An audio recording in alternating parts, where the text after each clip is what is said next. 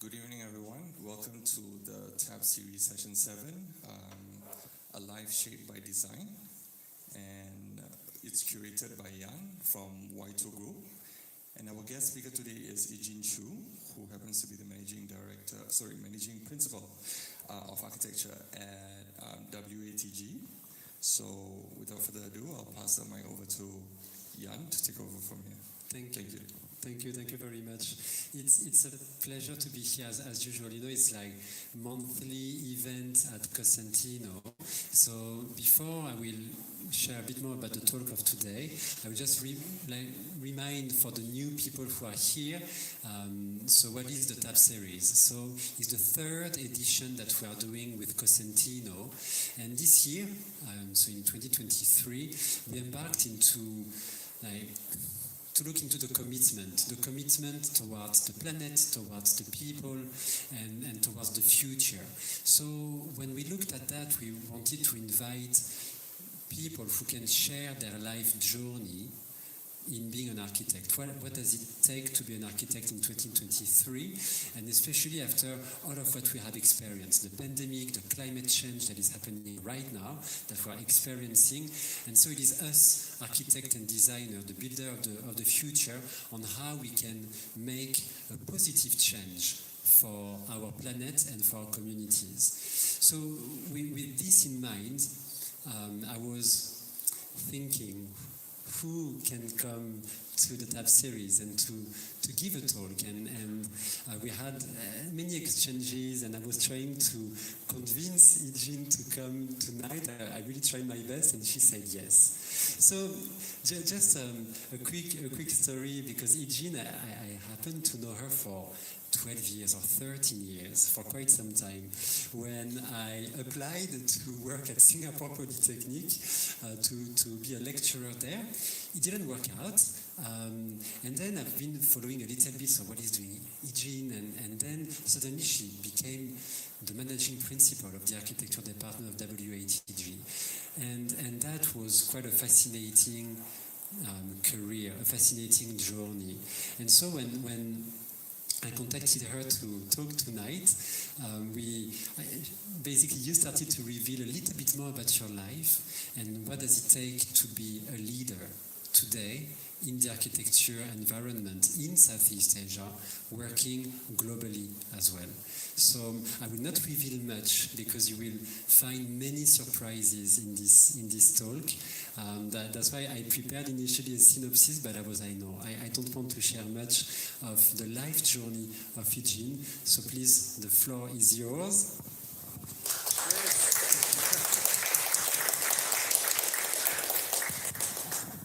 Well, thank you all for coming tonight, and thank you, Cosentino, for hosting this amazing series of talks. I've attended a couple, and I thought them were very inspiring. So I really feel very touched that, Yann, you've invited me to join today. For those of you who've just known me today, some of you know me for longer. I've been an architect for 30 years, or rather graduated 30 years ago. So it caused me great pause to reflect on how long that's been.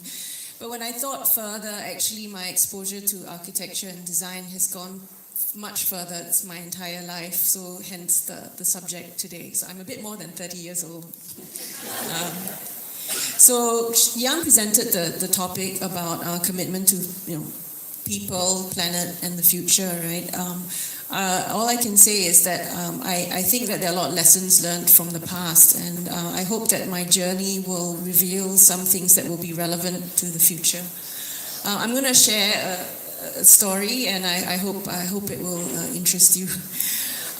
If this was a section if I were a tree, right, this would be the layers of my life, starting from my formative years, and then education, and then practice, and then teaching, and then practice, to where I am. So there are a few layers to my story. I've divided it into 5 chapters, so to speak. It starts with my education, early years, there's a fair bit of influence there, and then education, work in Kumpulan Architects, and then Singapore Polytechnic teaching, and a stint at HCFA, and then a project on my own, and then joining WATG and Wimberley Interiors, where I am today. 5 is a bit of a magic number. Before I graduated, a very senior architect told me, you'd be really lucky if in your lifetime as an architect you have done 5 projects that you are proud of, you're happy with. So I was appalled at first. It's like, is that all? It's a bit shocking, but then when you know how long it takes to do a project, right, 5 years, 10 years, you'd be lucky if you get 5. So I think I'm there. I'm going to share a few of them today. So, to acknowledge the beginnings, right, first of all, my family. On the left is my father, and on the right, my mother. My father, late father, was an architect in his life, and he received the Golden Jubilee Award in 2015 for his contribution to design. My mother, that's her. I love this photo because I took it when I was still in school as a teenager. She was coming to meet me after school after her work. She was a lawyer, and she's worked till she was about 84. And she has been the biggest visual critic in my life. Everything she looks at, she comments visually. So I think she's as much as an influence as my father. Also significantly, at the back, you can see that building is the Million Bank Chambers, that sculptural building that was done by my father in 1962. It was a face over to a classical building. It was the White Laws. It was department store. So wait, you'll know who he is a bit later. So it was taken over by the bank, and they added 3 stories to a 4-story building and recladded it with this facade.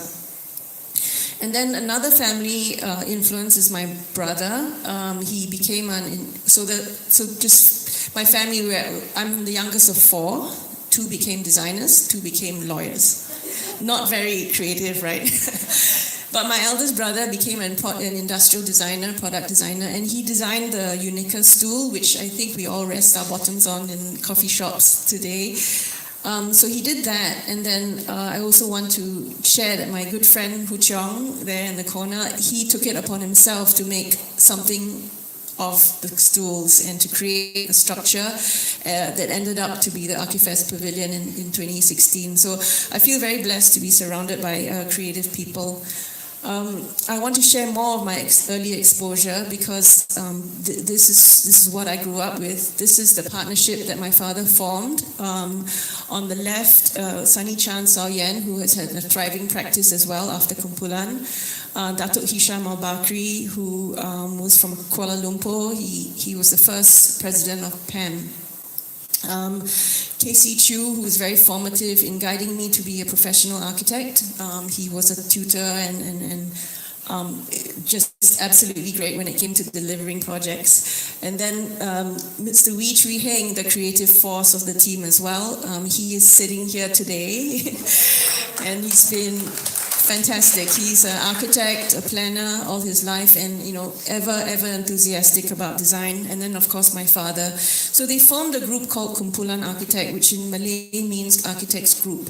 It speaks to the value of a collaborative practice. There's no one personality that stands out. Every project is contributed to by all of them. On the right is a picture of my father. He was a member of the HDB board for 9 years, so quite influential in the early years.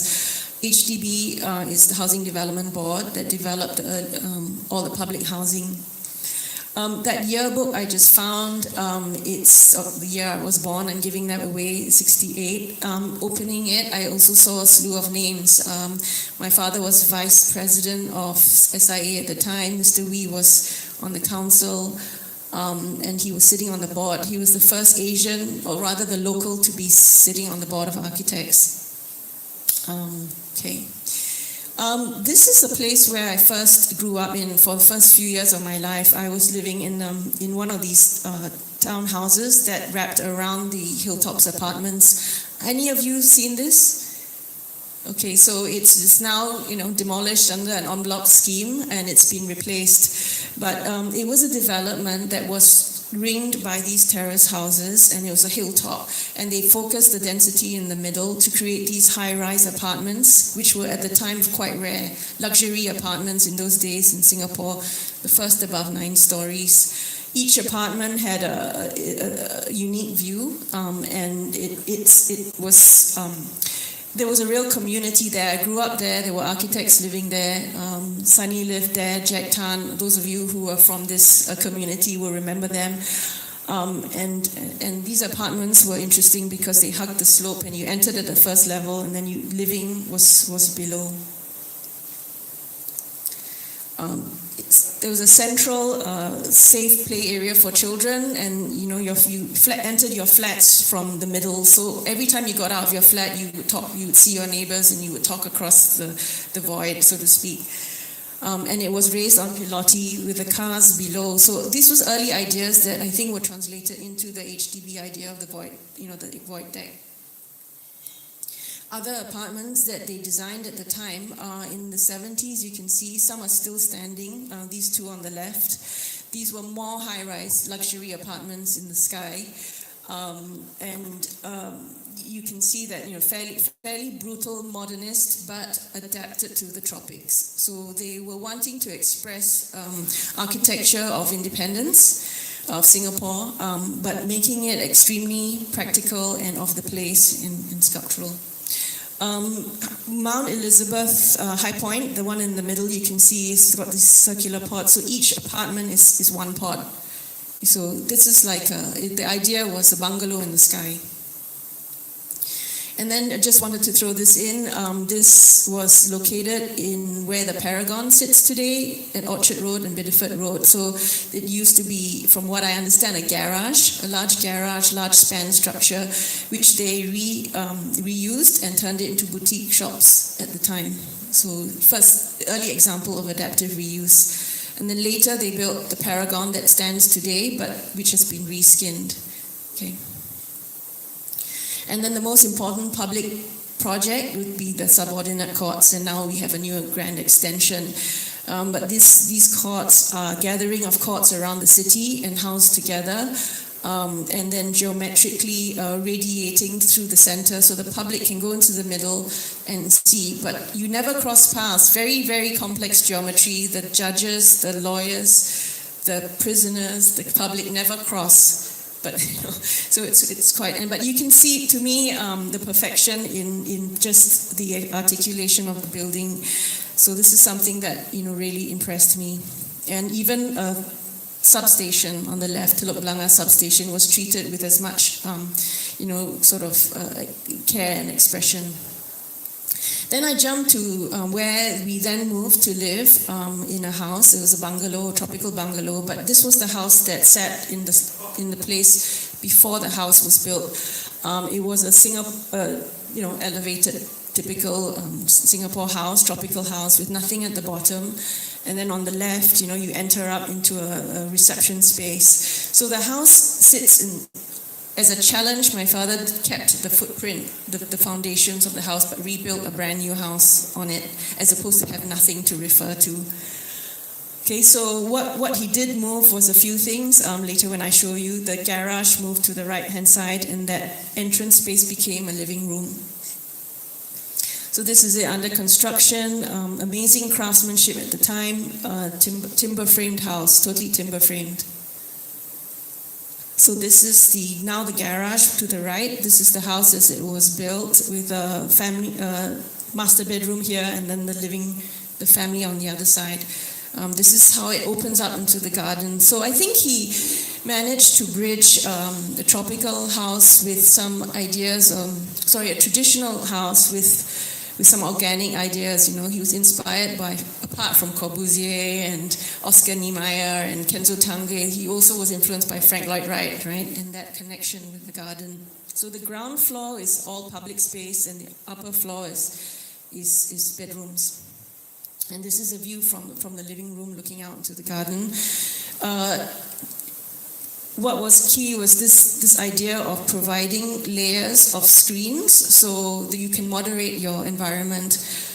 If you want to turn on the aircon, the glass screen comes and slides over, and if you need just security about ventilation, then the timber sliding folders come over in front. So this was applied throughout the house with ventilation blocks, ventilation across the floors, and this is on the ground floor. So just to show the kind of detailing that I was exposed to, I think you can imagine what a perfectionist he was, and then my mother would furnish the house. So I think subconsciously, this made me a little bit of a detail-oriented person, which drives some people mad. This is just a view of the back, the yard. The kitchen on the right, the service section. So there were reams of drawings like this with this kind of level of detail, hand-drawn details. Okay, so the next influence was after I grew up. I was accepted into university. Very lucky to follow my father's footsteps. I went to Cambridge. But you can imagine like someone from Singapore going there, it's like total fish out of water. Not just the place and the history and all that, but it's just the way they taught. I came out of the Singapore education system, and you basically treated textbooks like textbooks. You didn't question them. The first thing I do is I get a one-to-one supervision and ask, what do you think about Nicholas Pevsner or Space, Time and Architecture by Siegfried Gideon? You're asking my opinion? Isn't it a text? So it was really quite mind-bending for me, and also tough to be around quite brilliant students who, would have maybe a postage stamp on the wall, but they could just talk endlessly about designs that didn't exist. Right? So, being the fourth child, you didn't really get to be heard very much. So it was quite a challenge for me to attend crits. The other thing, so don't complain, won't explain. That's a phrase that I heard a lot as a child, right? My parents, that's how they disciplined us. Don't moan about it. I'm not going to explain to you because you won't understand. But then that made me always seek answers, right? And don't accept things. So I think subconsciously it challenged me, as well as, this exposure to history, European history, right? I didn't have that. So had to immerse myself in that, understanding order and the origins, of concepts that drove design and space. New words I learned. One word that was important growing up, I had a brother, who always told me, boys are always better than girls, whatever it is, even cooking, and I was like, what?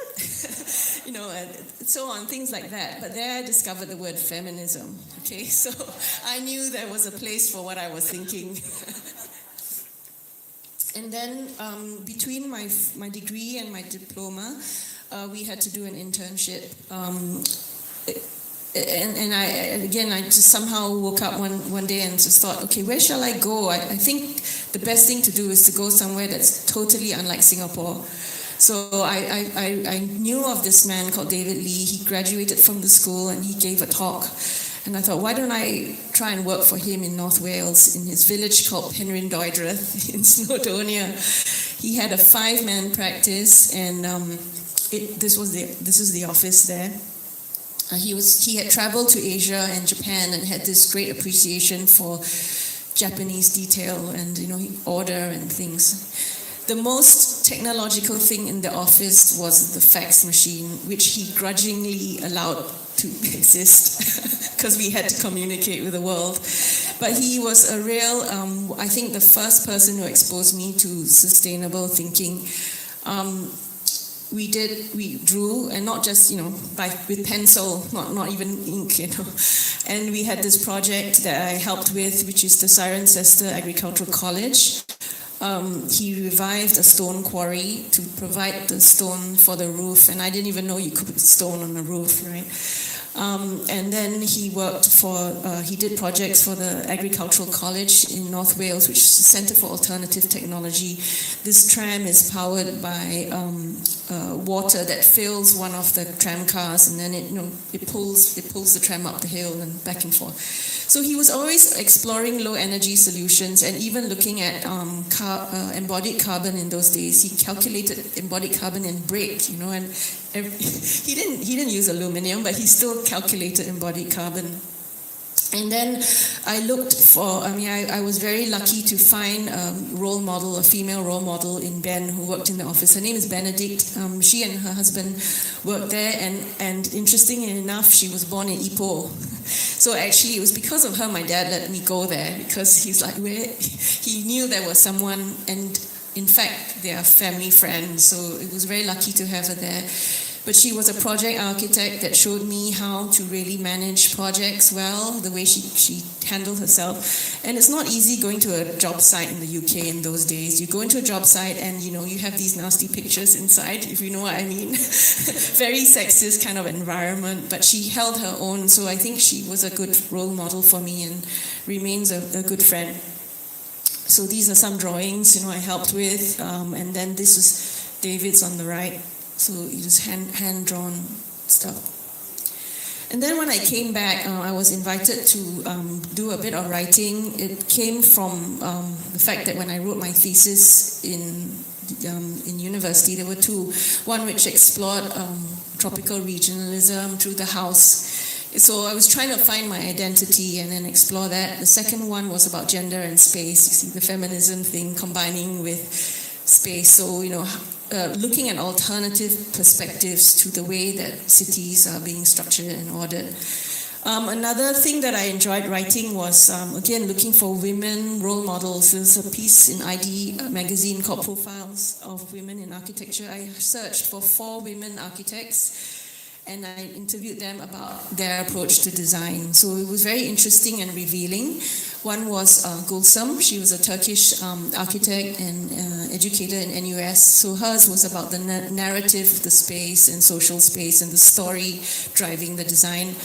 Another was Lydia Fong, who's heading up interior design in DP. Hers was about craft. She traveled Asia. She loved vernacular architecture and the essence of Asia. Another was Wu Mei Lan, who is from Liu and Wu, a principal there, early role model for women. Her perspective was that she wanted to service the client. So she designed to satisfy the client. And then the last architect, I can't remember her name, she was a very young expert architect, but hers was about the senses. She designed to stimulate the senses. So I feel they're all very, very valid approaches. Okay, so chapter 2, I come back and I actually joined Kumpulan Architect in the 90s. So Mr. Casey Chu helped me obviously to get through my exams, and Mr. Wee. So I started off with a perfect project. It was like a house that Mr. Wee designed. So I think that's the best thing to come out and build, is to get through that whole exercise of building a house. Apart from that, the economy was slowing down, so my friends at university didn't have work, and I was quite lucky to be able to do projects. But where we got work was public work. We did schools. The PWD at the time was trying to evolve a new type of school. Before, they were pretty much built on prototypes, right, for economy, cookie cutter. So then the move was to create schools that have identity and placemaking, right? So each PWD architect tried to make their school unique and different. And then it had to be built economically. So we paired up with builders, a new corporation, and we bid to build those designs, but we changed the designs to be buildable.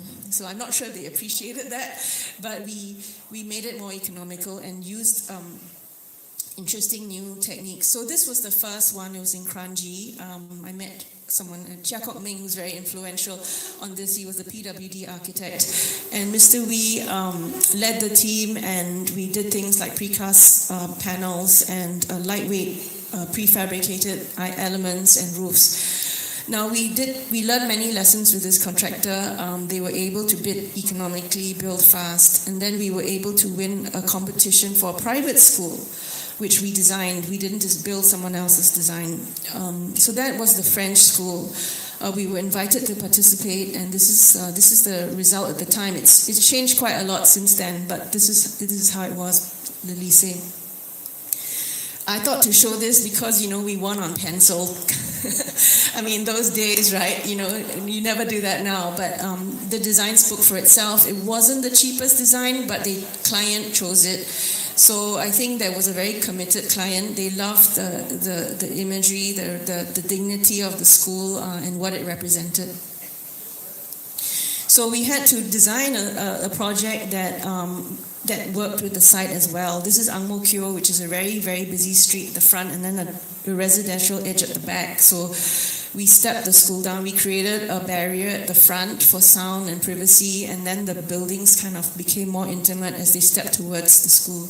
The other thing was there was a kindergarten, a primary school, and a secondary school. So the kindergarten had a private little play area courtyard on the right, and then the next space in the middle was for the primary school, and then the big space was the secondary school. So it was a metaphor for growth. And we also used the history of architectural materials to mirror that. So kindergarten was timber, primary school was brick, and then secondary school was glass and steel. So this is basically the arrangement. So that you can see the primary school, kindergarten, primary school, and then secondary school.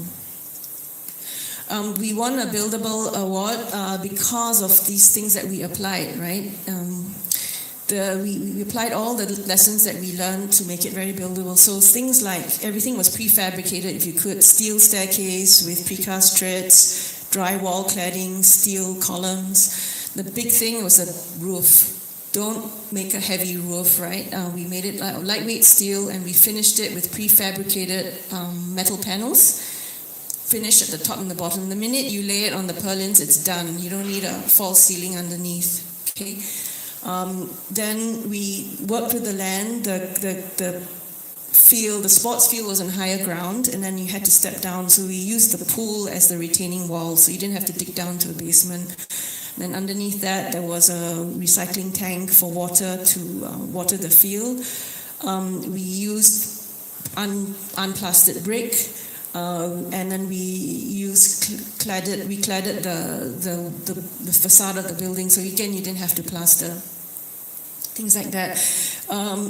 Brickwork, no lintels. So the contractors were smart engineer and a very savvy businessman. Wherever they could cut, they cut, right? So they taught us things like that. Just don't put lintels if you don't need it. And I think from a sustainability perspective, don't use materials if you don't need it, right? So this is a smart way of thinking.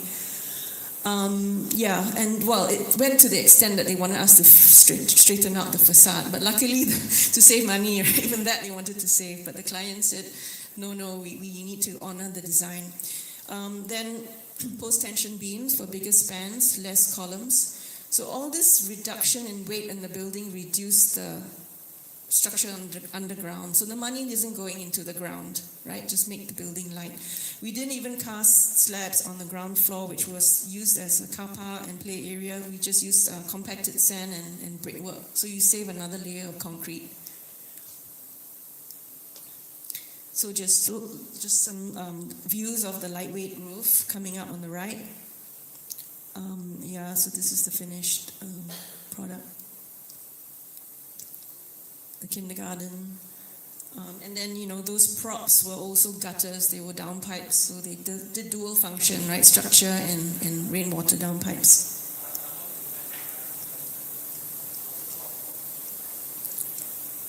Okay. Yep, so that's the gym without a false ceiling and everything exposed. Pretty bare, but I think the kids liked it. We even got feedback that one of the parents said, my kid doesn't want to go back to France. They like the school so much. So I think that's super rewarding. Right. So I'll mention that this design team was led by Mr. Wee. We had a Finnish architect called Jari and Christian who helped win the competition. And then as we won the competition, Avinash, who's Deepu's friend, and I were the project architects that saw it through completion and detailed and developed the designs. So this was a great learning lesson for me. So this is one of the 5. And then at a point of, after 10 years of practice, it just got too much for me. I think all of you have been in architects practice. At some point you feel it's really challenging, right? I mean, not just your clients, sometimes the contractors, but also the fire, FSV at the time, or drainage department. It can really get you down, for instance, for fire, right? You are required to declare that it complies with the fire code fully as an architect. So you say it complies. But anytime somebody comes around, like fire department audits, questions you, then suddenly you're wrong until you're proven right? So you get like weeks of worry that you have to go before the fire safety commissioner and prove your case, and then you show it, and then 10 seconds he approves it. So it's sort of crazy stuff that happens in practice, right, that wears you down. So I took the really difficult decision to tell my father and the partners, I think I need to step away from the practice and I want to do something else. So I took a year out, got their blessing, and trying to figure out what I should do. I explored different things, even philosophy, psychology, as one does. And then eventually the opportunity came. I did do a bit of part-time teaching at NUS, but a friend, Chia Kok Ming, who did the first school, was now a tutor in Poly, and he said to me, why don't you come to the Poly, we have a position. So that's when I applied to teach, and I found it to be the perfect place as a transition away from practice, but staying within the realm and having something to offer from my experience in practice, as well as the knowledge, the training and knowledge I got from university to supplement what was going on in the school. And I think it's a great school. This was it then. It's been refurbished extensively. This was designed by Alfred Wong. And just very economic workshop buildings, but nicely detailed and in a green environment. So I love the environment. In fact, there are a few of you who studied there. Yeah. So ironically, it let me indulge in the love of the subject without having to build, right? I could just indulge and share and inspire the kids. Share my experience and stories and make connections with them, and also overcome my fear of speaking, because I had to speak to a class, right? Yeah, so very, very rewarding time for me. I realized that that's probably my most patient time of my life, and I'm not like that anymore. But they really appreciated it, and it was a very fulfilling time for me. But 9 years into that, I think, or even before 9 years, sort of midway, I was already questioning, should I stay out of practice for so long? Because if I stay out too long, I can't go back, right? So I almost tendered my resignation about midway, around year 4 or 5. But my director, who's, Peter Lee, was really kind. He said, I think I know what you're thinking. What can we do to keep you engaged and feel connected with practice? So he offered me a sabbatical, right? And normally sabbatical is just 3 months. You go and you work in an office and then you come back. But I said to him, you can't build anything in 3 months, so I don't think it'll work. So we worked out an arrangement.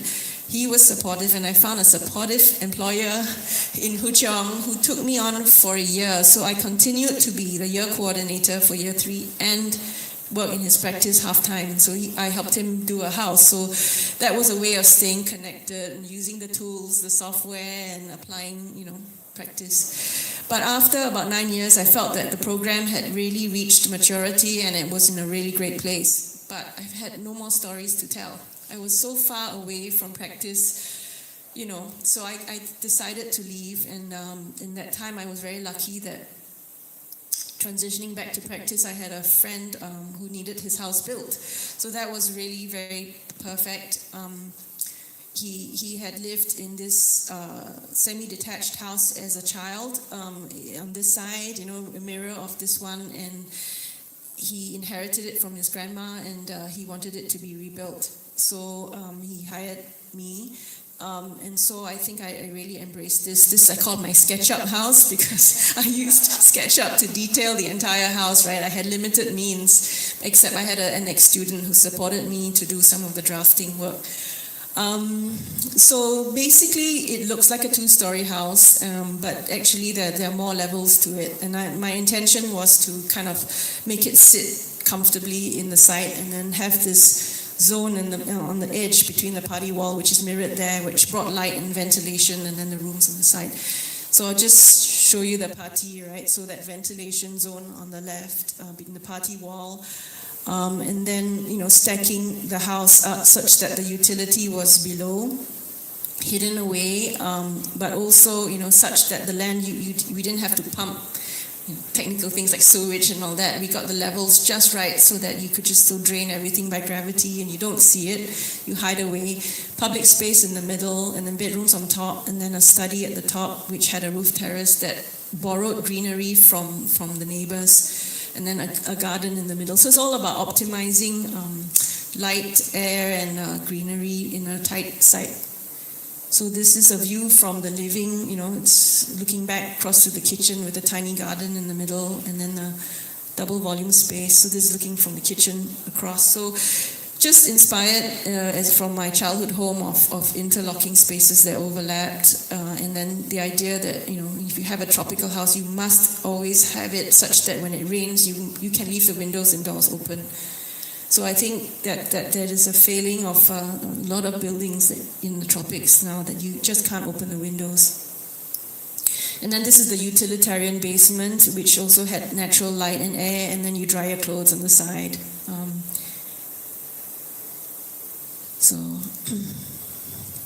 And then this is the master bedroom, having a kind of buffer screen for privacy, but greenery at the back. And then this is Albert Lim, who took our photos from French school days. I think he's a great photographer. I wonder if you work with him, right?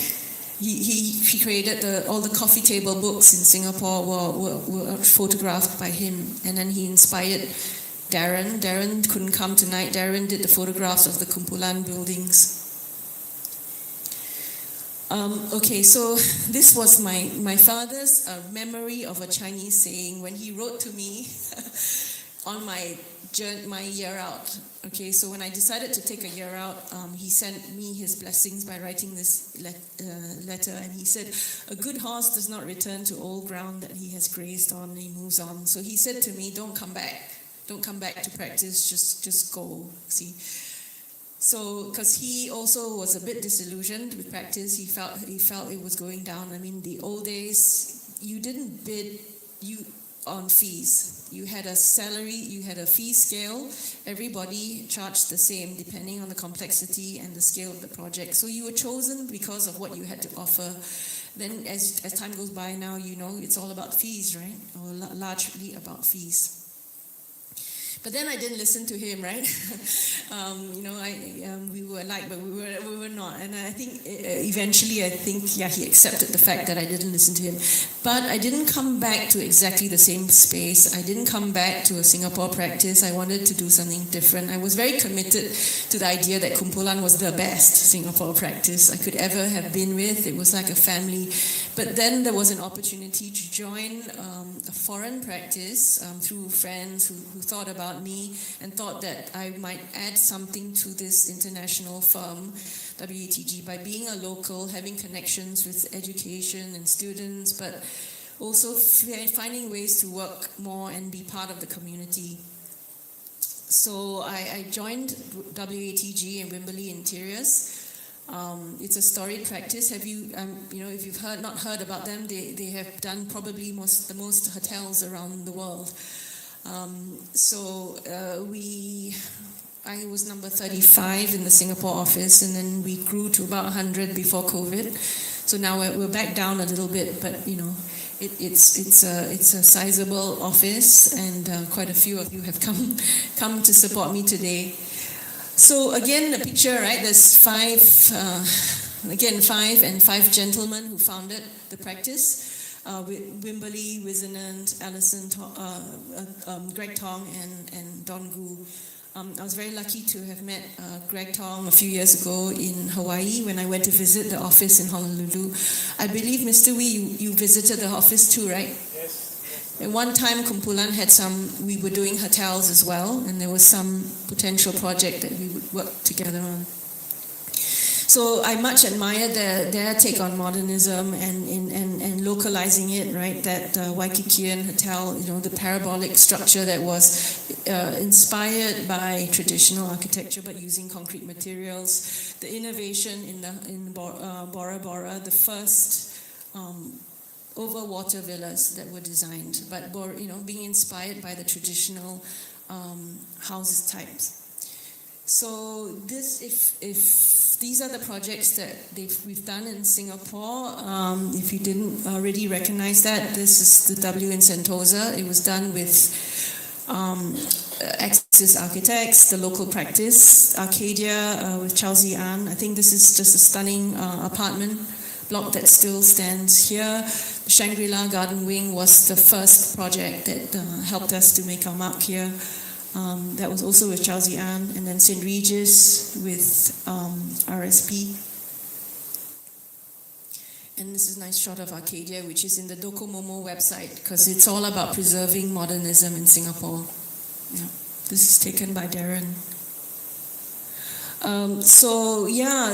This is a flavor of the type of work that we do. It's just because we travel the world and develop these destinations. It's just so diverse, and this is what inspires me every day. The team creates something original and unique all the time. It's ranged from the Oman Opera House to a car in the Venice Simplon, the Belmont Express train.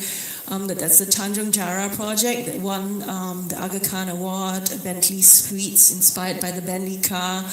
So it goes on. So basically, the new way that I was exposed to is basically about the imagination and designing stories that made you feel off the place, right? So signature elements in the project, lifting the spirit.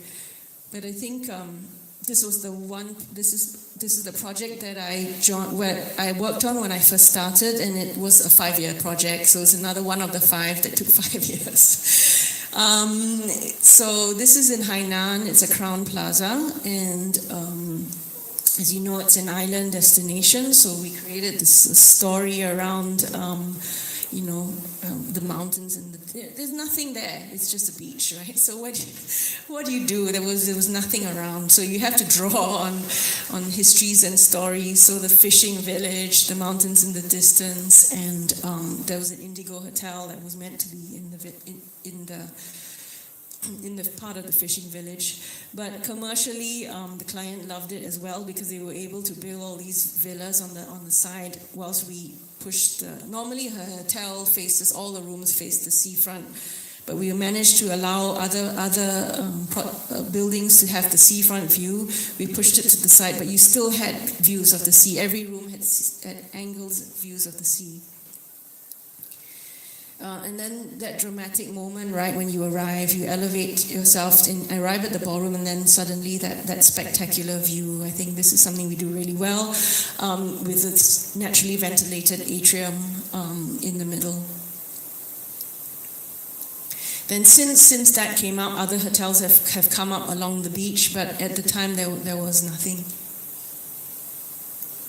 The pools were a big factor. Recently, I went back to the general manager and said, "Look, what do you love about the hotel? How is it doing?" And really, it's doing really well. Did really well during COVID because the kids love it.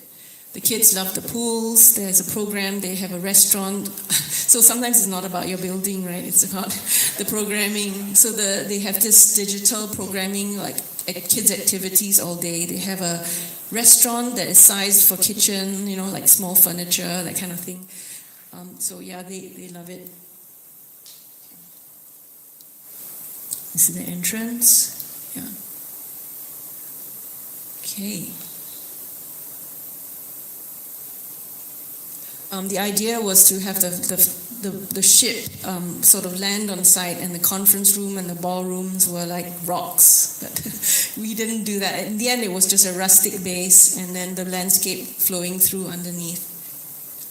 So this is the plan of the rooms with the big balconies, a rooftop pool. We wanted a rooftop bar that always does very well, but they chose to have a pool. And then the ground amenities, public spaces, the restaurants in the back of house, hidden at the back, ballroom on the left. Yeah, so interiors were not by us, but I think they turned out very well as well. The sides are usually open, but we have to provide, full height doors because there's a typhoon. Okay. Do we have time? We do? All right, so this is the last piece. I wanted to share a bit about the office, also the interior of the office, but also the people in the office.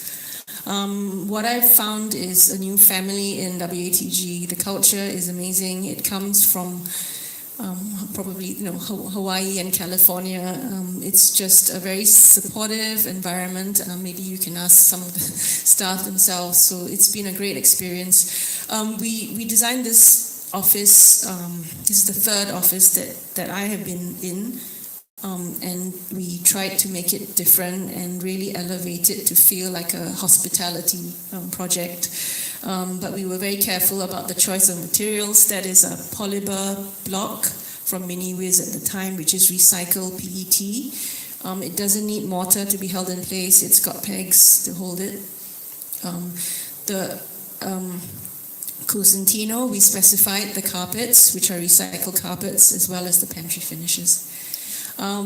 Just very quickly, the plan, the idea of the plan is to provide very focused working spaces on the fringes near the windows, so everybody has daylight. And then in the central space, a gathering social space, which we call the Padang. Very flexible spaces and meeting rooms which kind of slide open and become bigger meeting rooms or become part of the Padang. It's kind of like a living room in the middle, but so this is the finishes that we chose. And interiors having their own identity and lamps and the landscape department. So we have interiors, landscape planners, as well as architects. And then the central space is really a space for activity, right? We had curtains that divided it into smaller spaces, meeting rooms. So recently we were able to have yoga We have lectures and we have office meetings in the middle. And then we have events and talks. And then that's a little homage to a guest room, like in the meeting room. So you have your little coffee bar and so on. Okay, so I'm almost done. This is a picture of some of the leadership in the company. We were lucky to go to San Diego and the Salk Institute recently. And then I want to share the changing face of leadership. These are all the MDs in WATG. When I went in February, they were all women, incidentally, and executives. So from the Americas, London, MENA, China, Singapore, and the heads executive committee. So I think times have changed, and so I'm very encouraged by this. So in having sought mentors, I hope that I've become a role model for other women going forward. So the journey continues, and there you are.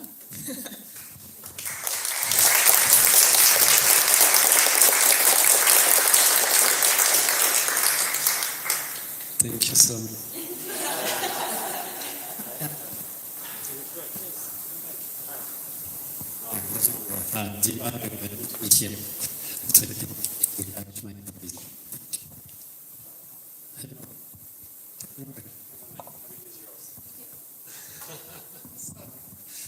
I will put that here. So thank you so much. Like you couldn't see me because I was hidden there taking note and smiling all the time. I couldn't see your faces, and I couldn't see whether you were as smiling as I was. It was fascinating, and all of the different lives that you went through, and the changes that you made happening as well, and the leap of faith that you take at different moments of your life, although difficult, you did it, and that's quite fascinating. So just for that, I would like to applause one more time.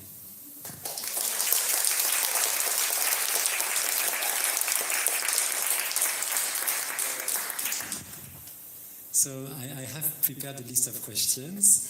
So maybe you can sit down a little bit. I will just ask a few questions, and after, of course, we will ask the members of the public to ask questions. And I took my notes, and here I have multiple notes. So, all right. What is fascinating is that, again, you took big decisions.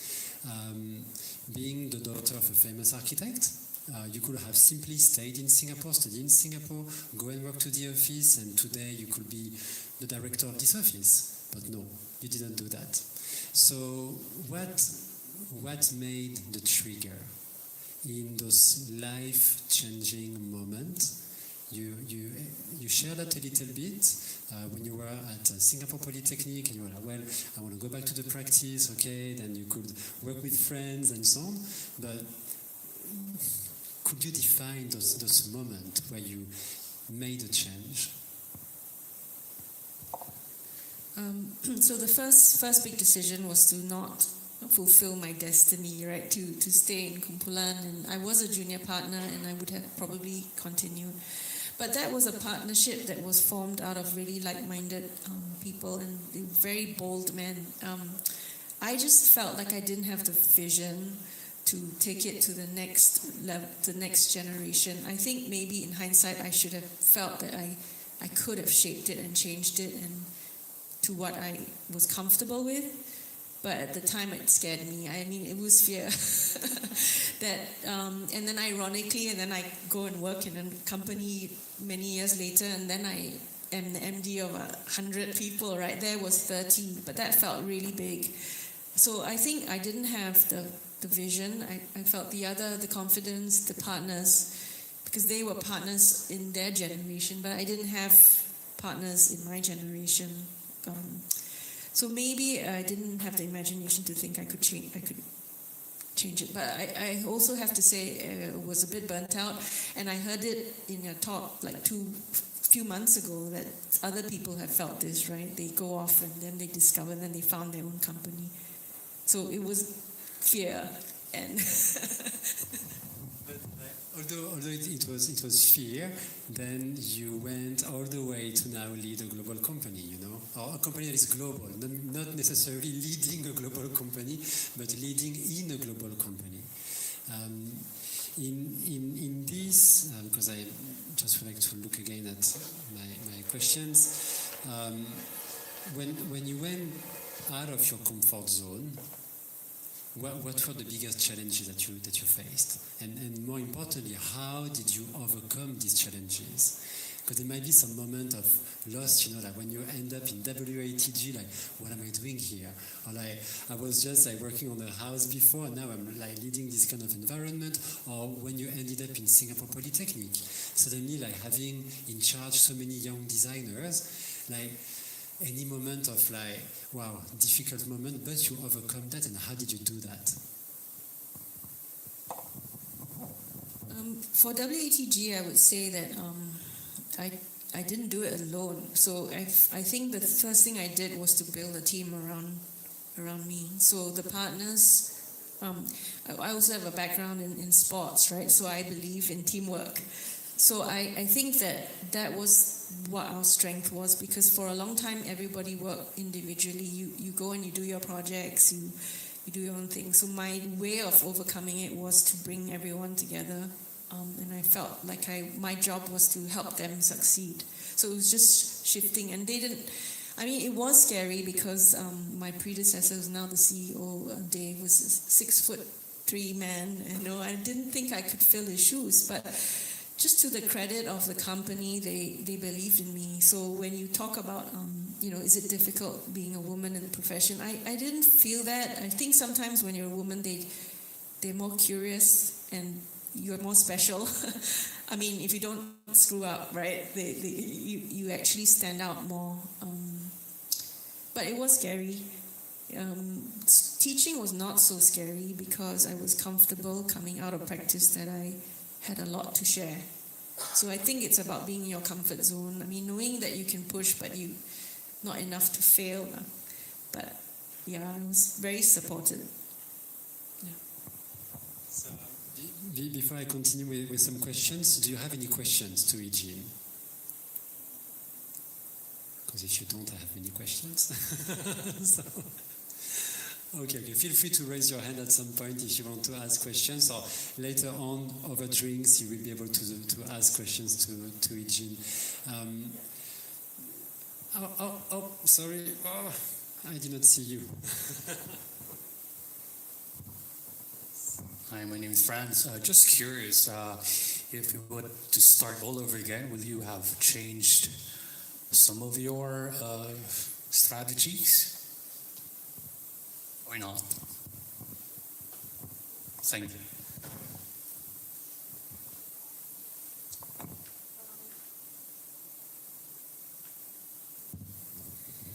Yeah, I mean, that's why I call the talk life shaped by design, because I didn't design it, right? It designed me and things that happened. So I think as a person, I don't like to live a life that is prescribed and planned. So I think that exploration is what I would do. Whatever I ended up with, the strategy would have been the same. To stick with it, as long as you're good at it and you can contribute. And then when you find that it's not, or you need to learn and grow again, then take the leap. But it's harder, obviously, when you get older, right? Because at that age, you don't worry about the future. Now, any kind of change it's harder, because who's going to hire you? Or maybe. It's quite amazing that you say that life shaped by design, because you said something during the talk. Sometimes it's not about the building. And it seems that all of your life, what you've been creating or shaping, is beyond the building. It's about experiences, it's about destinations, it's about moment, it's about emotion. And is that something that is essential for you in your practice, to go beyond the built environment and to really craft elements that are intangible and that are part of the local culture, you've been all the way to the UK to study and so on, but ultimately you are practicing here. So how does that contribute as well to the intangible heritage of our nation? Big question. Yeah, I do think that you're here to create emotion, right, in your space, and I'm not one in favor of disconnect. I mean, I think there's so much to be experienced outside. I used to just enjoy even just going to a hawker center where it was under the tree and appreciate that. So it's all about being in that place. You know how we used to have hawker centers that were outdoors, and then the canopy of the trees was the roof over that. So I guess I was very attuned to in the environment, and I think that's really important. My studies, we were taught obviously the usual stuff, the modernism, organic architecture, the sense of place. So that struck me more than the international design style. It was more the organic architecture, Hans Scherun, Frank Lloyd Wright, being of the place. But we were also designed from inside out in the school.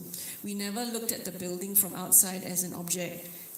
It was about the story, the emotion inside the building. So I think I'm a bit of an inside-out kind of designer. Thanks a lot, and I will ask one last question before we can go for drinks and some bites. I learned something. I learned many things in your talk, but I found out something, that your early thesis when you were a student was already studying about tropical architecture, tropical regionalism, and that is something that is quite amazing to see that many years later you are still into that kind of development to continue developing that tropical architecture, and what does it take in our region. So what do you think of that, and what is perhaps your advice to younger generation towards what we call critical regionalism or simply regionalism in architecture? Well, do it. I think we would. I think that is the mission for all of us, actually, to try and build buildings of the place, because especially with this, I mean, apart from the historical romantic idea, I think it's critical to do that, right, from a planetary perspective. So we enjoy working with teams and projects that allow us to do that. I think we're very lucky to do resort projects where we can open things up, naturally ventilated, that kind of thing. So I'm sorry I don't have anything very profound to say, but yeah. And I just would like to thank you once again. It was a true pleasure to listen to you, and I wouldn't have expected that 12 years ago when you interviewed me, that 12 years later I will be here to ask you all of these questions about your life, about your journey, that are so inspiring for all of us. So once again, a round of applause to I-Jin. Thanks.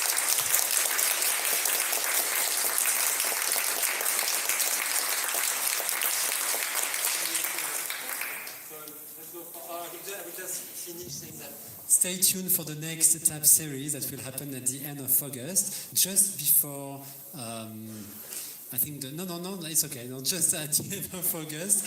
So stay tuned. We have an amazing speaker that is coming at the end of the month. So please come back or follow us online to find out more. Thanks again. Let's go for dinner and drinks. Thank you.